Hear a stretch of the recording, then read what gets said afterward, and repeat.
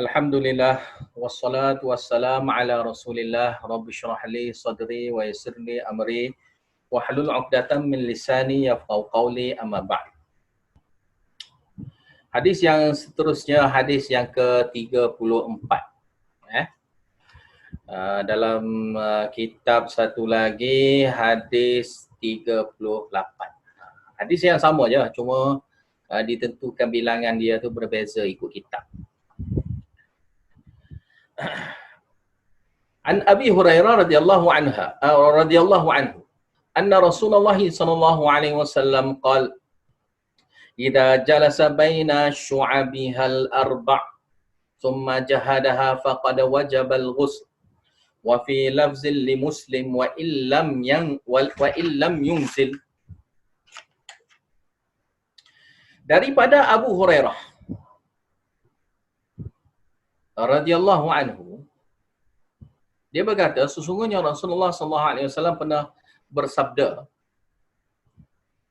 idza jalasa, bila satu orang itu duduk,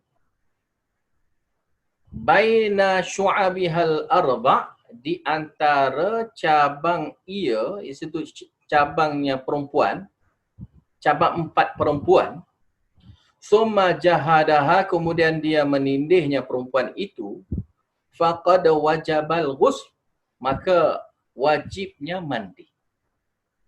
Wajib mandi. Wa fi lafzil li Muslim, dalam lafaz Muslim pula ada beritahu, walaupun dia tidak mengeluarkan air mani. Ini lafaz kiasan lah, ada sedikit lafaz kiasan, iaitu nak beritahunya tentang bersetubuh. Sini hadis ini nak beritahu tentang bersetubuh.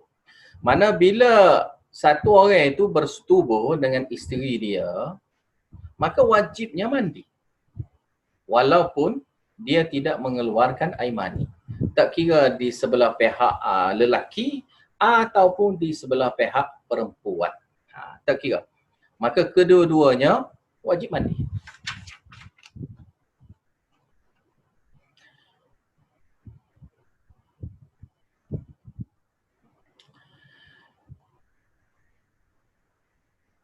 Hadis ini nak beritahu wajibnya mandi bila kemaluan masuk pada kemaluan perempuan. Kemaluan lelaki masuk pada kemaluan perempuan, walaupun tidak terhasilnya keluar air mani. Dan hadis ini juga hadis yang menghukum nasikh kepada hadis Abu Sa'id yang beritahu al-ma'u minal ma'. Air kerana air. Al-ma' minal ma', lafaz hadis tu. Yang mana air mandi kerana air mani. Lafaz hadis tu. Yang mana hadis tu ringkas sangat, al-ma' minal ma', hadis tu ringkas sangat, maka adanya penjelasan-penjelasan yang lain, iaitu antaranya adalah hadis ini. Antaranya hadis ini. Dan inilah pendapat jumhur di kalangan ulama lah. Mana tak kira keluar air mani ataupun tidak keluar air mani, maka wajib mandi.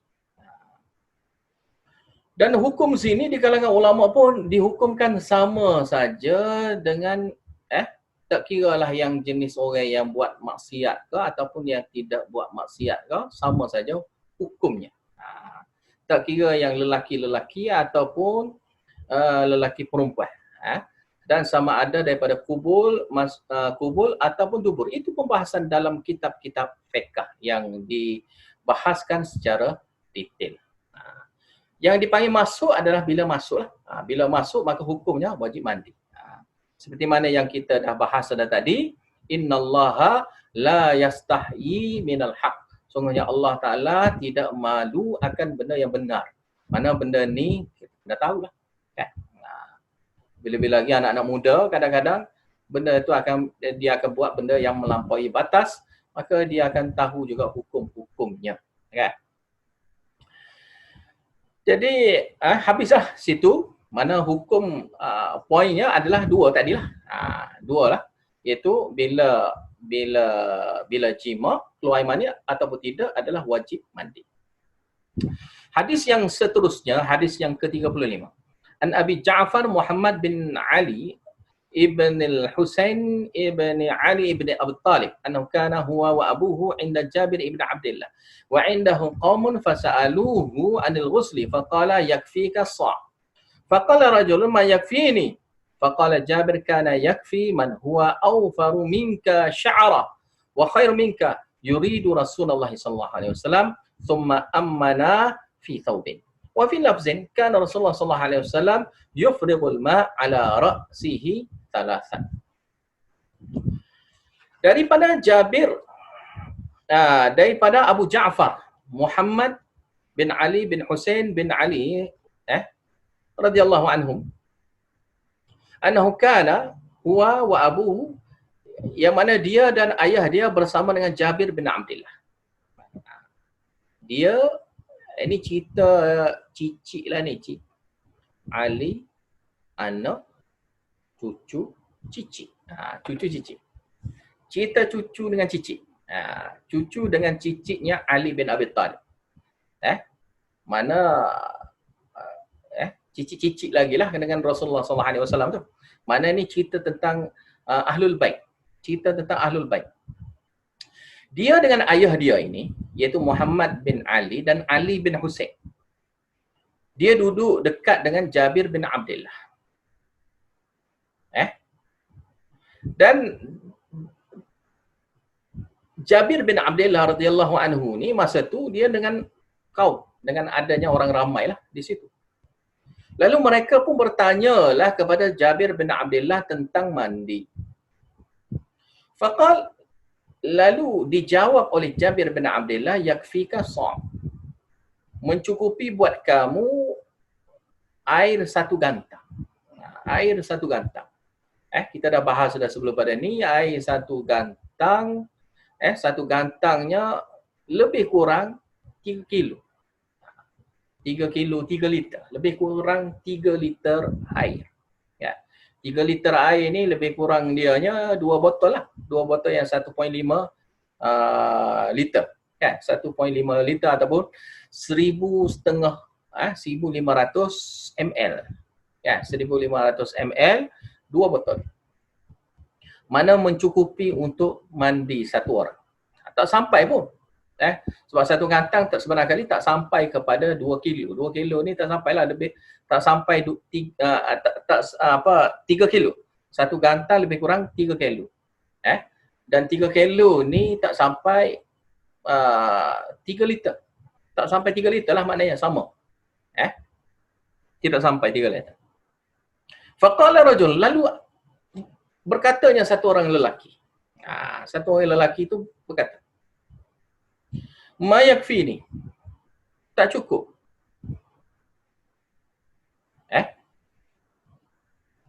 Aku tak cukup, dia kata. Benda air satu gantang tu tak mencukupi buat aku. Tu maknanya. Orang ini adalah Hasan bin Muhammad. Hasan bin Muhammad bin Ali bin Abi Talib.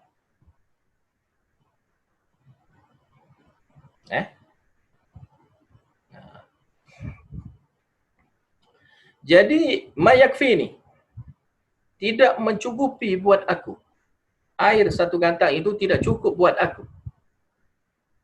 Faqala Jabir, berkatanya Jabir, kana yakfi. Iaitu cukup, dia kata. Air satu gantang itu cukup. Mencukupi buat orang yang man huwa dia itu awfaru minka sya'ra, yang lebih lebat rambut daripada kamu. Wa khairun minka, dan lebih baik daripada kamu. Yang dimaksudkan oleh Jabir, yuridu Rasulullah sallallahu alaihi wasallam, yang dimaksudkan adalah Rasulullah sallallahu alaihi wasallam. Thumma ammana fi thawbin. Kemudian Jabir bin Abdullah mengimami kami dengan memakai satu kain saja. Dia pakai satu kain saja. Wa fi lafzin, dalam lafaz ada sebut, kana Rasulullah sallallahu alaihi wasallam yufrighul ma' ala ra'sihi salasan.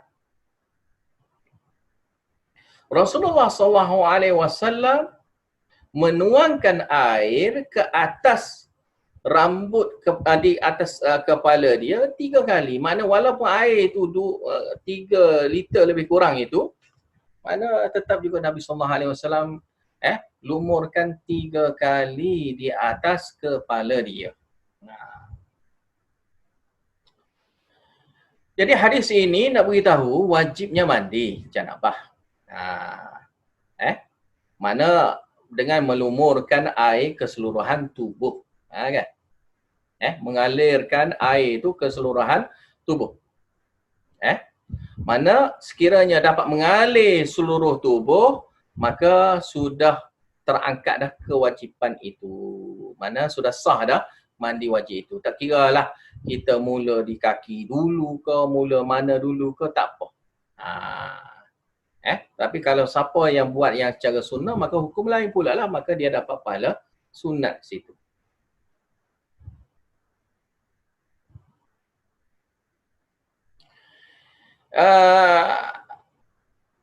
Dan yang dilumurkan air, dialirkan air pada tubuh badan ini juga tidaklah dengan diberitahu dengan digosok-gosokkan tubuh itu. Mana sudah mencukupi juga dengan dilumurkan air dengan kadar lebih kurang 3 liter itu pun dah mencukupi untuk keseluruhan tubuh. Bukan kita mandi yang jenis pakai gayung tu. Setengah orang yang pakai gayung tu, ambil satu gayung tu mungkinlah agak-agak dalam 1 liter, 1 liter setengah kalau gitu. Satu tu yang mana kena ya? 2. Mana dah cukup dah, habis dah lebih kurang 3 liter air. Mana kali yang ketiga, kali yang keempat, kali yang kelima itu dia mandi dengan cara lebih-lebih. Berlebih-lebihan. Kan? Maka itu banyak ke arah pembaziran air. Banyak ke arah pembaziran air. Dan kalau guna gayung tu kita curahkan di atas kepala, maka benda tu kadang-kadang kalau dikuatkan, kita curah dengan kuat tu, maka benda tu akan mericik ke belakang kan. Maka tak kena pun pada tubuh kita, ke belakang kita pun tak kena. Tapi kalau kita tuangkan perlahan-lahan apa semua sekali, akan mengena pada keseluruhan tubuh.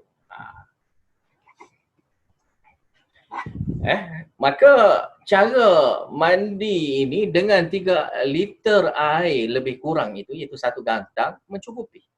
Mencukupi. Walaupun tanpa digosok-gosokkan pada tubuh.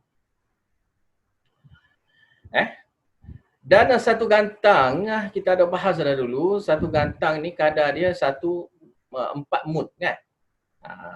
4 mud. 4 cupok lah kita kata kan.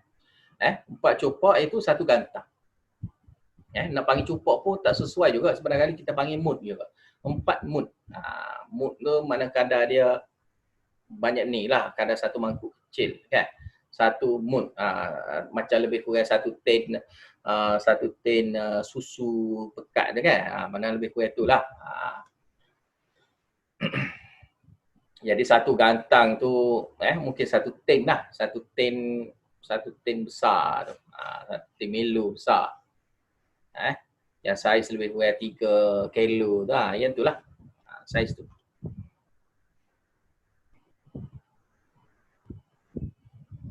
Cuma kena ingat, air 1 gantang itu bukanlah ditentukan bilangan untuk mandi mesti kena air 1 gantang. Itu bukan maksud hadis ini. Cuma nak beritahunya jangan membazir. Jangan kita terlebihnya mandi. Mandi itu jadi terlebih kerana kita rasa tak puas hati lagi, itu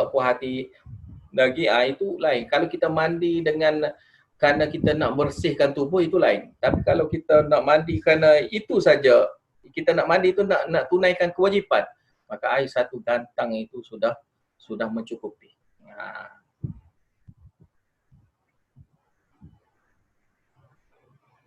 Jadi kadar yang sebenar kalinya tidak ada batasan lah. Tidak ada batasan banyak mananya air itu. Tetapi daripada hadis ini nak ajar pada kita jangan membazir lah. Jangan berlebihan lah. Mana cuba kita fikir kalau kita mandi dengan air dengan kadar 3 liter air itu, banyak mana kita mandi yang cara berlebih-lebihan yang mana kita anggap itulah yang sebenar mandi. Tidak cara sebenar. Kadang-kadang yang cara berlebih-lebihan ni kadang-kadang orang mandi mayat pun gitu ke, mandi jenazah kan. Mandi jenazah pun saya tengok pun sampai berlebih-lebihan. Kalau mandi yang kotor tu lain. Tapi kalau sampai berlebih-lebihan tu tidak sampai tak. Tu kalau benda dah bersih dah sudah cukup. Sudah cukup. Sebab kadar dia adalah kadar seperti mana mandi wajib saja. Dan orang yang juru mandi pun mandi wajib biasa dia pun duk main was-was lagi, duk mandi seolah-olah air satu koloh air tu untuk mandi, maka untuk dia mandi jenazah orang lain rasa jadi lagi banyaklah. Jadi bila kita tahu gini maknanya cuba kita jimatkan penggunaan air lah. Mana kita perlahankan air untuk yang wajib saja itulah. Kadang tu. Tapi kalau atas dasar kita nak shampoo, kita nak sabunkan, nak hilangkan sabun itu lain. Tetapi kalau yang setelah daripada itu hanya untuk meratakan tubuh kita saja, maka 3 liter air itu sudah mencukupi. Walau bagaimanapun di kalangan ulama menganggap sunatnya kita mensedikitkan penggunaan air untuk bersuci. Dan hadis ini juga nak ajar pada kita pengingkaran terhadap orang yang nak berselisih dengan sunnah Nabi. Kalau yang Nabi boleh mencukupi, kita boleh cukup. Jangan pula kita kata kalau aku tak cukup. Jangan gitu. Jangan gitu. Sebab ada pernah satu orang kawan saya tu, dia mengajar, dia beritahulah tentang cukup. Air satu gantang apa semua kali cukup. Jadi orang-orang masjid situ pula kata tak cukup. Sampai suruh tunjuk demonstrasi. Tunjuk. Suruh tunjuk.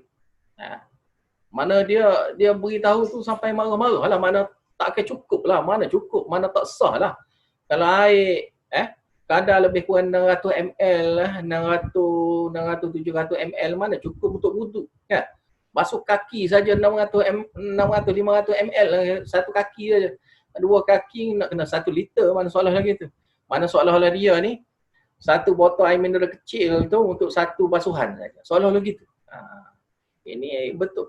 Berlebih-lebihan dalam basuhan berwudu. Sebab tu berwudu kalau kita guna satu tangan je. Lepas tu barulah kita guna tangan yang satu lagi tu untuk kita memudahkan untuk meratakan basuhan muka. Contohnya air satu ni je. Kemudian kita letak je tangan yang kosong, tangan yang tak ada air ni. Kemudian barulah kita lumurkan pada muka kita kalau kita nak basuh muka kan. Dan begitu juga untuk lengan kita ni pun begitu jugalah kita lumurkan sehingga dirata-ratakan keseluruhan tangan itu. Dengan air yang satu cedok. Satu cedok tu pun dah cukup untuk satu basuhan bagi anggota wudu. Cuba bayangkan kalau untuk seluruh tubuh lagilah mencukupi sekiranya air itu dengan banyaknya kadar 3 liter air. Dan pengingkaran ini tak kira walaupun di kalangan cucu Nabi pun kalau benda itu berselisih dengan sunnah Nabi tetap juga diingkari oleh sahabat. Mana sahabat ni dia tak heran lah. Kamu ni anak cucu Nabi sekalipun aku tak heran lah soalan gitu. Kalau kamu buat perkara yang mengingkari sunnah Nabi, itu tak betul. Tetap juga benda itu ditolak oleh para sahabat. Mana sahabat Nabi ni benda sunnah tak kira. Kamu ni anak cucu Nabi ke ataupun tidak anak cucu Nabi, lagilah mesti kena ikut cara yang sunnah Nabi.